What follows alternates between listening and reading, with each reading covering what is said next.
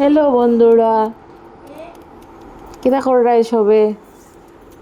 জিনিসটা দেখে তো বুঝরাই আজকে কিতা রান্না হইব। রান্নাটা কিন্তু আমি করছি না, আমার মায়েই করছেন। তো মায়ে তো আর রান্না করিয়া করিয়া এটা রেকর্ড করতে পারত না, গতিকে আমি করলাম।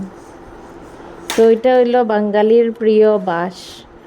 বাঁশ তো লাইফে সবই খাইন, কিন্তু বাঙালি সিলেটিরার বাঁশ খুব প্রিয়। তো আমরারও বাঁশটা খুবই প্রিয়।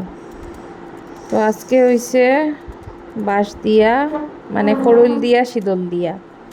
তো স্টার্টিং থেকে দেখাই আমার কীরকম করিয়া কাটা হয় আর কিটা হয়। তো এটা আমার একজন বৌদিয়ে কাটিয়া দিছেন। তো কীরকম কাটতে লাগে তখন, কাটাটা কষ্ট আছে, খাইতে যেরকম স্বাদ, করতেও বহুত কষ্ট। তো এটারে দেখুন কীরকম করিয়া কাটরা মায়ে, একদম মিহি করিয়া কাটতে লাগে। তো ফাঁকে দিকে বাইয়ের বাজার নিয়ে আইলো। তো মাছটা আমিই বানাইলাম, দেখুন নদীর ট্যাংরা।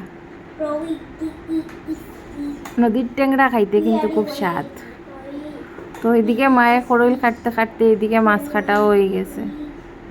তো করইলটারে ফার্স্টে 1 চামচ লবণ দিয়া এটারে জল দিয়া এটারে সিদ্ধ করলাম আধা ঘন্টার মতো।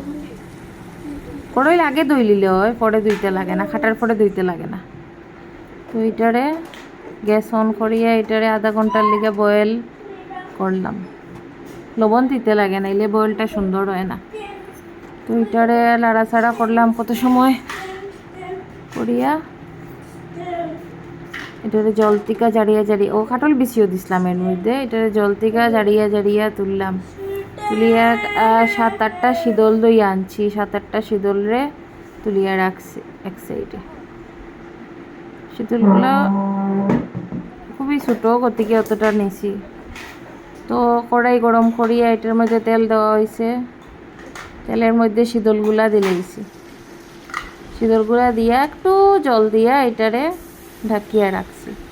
এর মধ্যে দিছি 2 চামচ লবণ, 2 চামচ হলুদ দিয়ে এটারে ভালো করে লড়াই উড়াইয়া এটারে ঢাকা দিয়া রাখছি। কারণ ঢাকা দিয়া রাখছি একটু সময় বয়ে লইয়া কাঁটাগুলা বার করতে সুবিধা হইব। দেখুন কাঁটাগুলা কি সুন্দর বাইরেছে। তো এক এক করিয়া এরকম সবগুলা কাঁটা তুলে লইছি। শীতল কিন্তু সবেরই ভাল লাগে, যে কোনো জিনিস দিয়া শীতল, শীতল চাটনি, শীতল দিয়া, লতা দিয়া, শীতল দিয়া, করইল দিয়া। তো এখানে আমি একটা রসুন আর কাঁচা মরিচের একটা পেস্ট বানাইছি। তো ওইটা দিয়া করইল আর কাটল বিচি সবগুলা দিলেইছি। দিয়া এটারে বালা করিয়া নাড়াচাড়া করিয়া এটারে বহুত সময় কষাইতে লাগে। এটা বানাইতে বহুত সময় লাগে। এটারে আধা ঘন্টা 40 মিনিটের মতো ঢাকাইয়া রাখছি।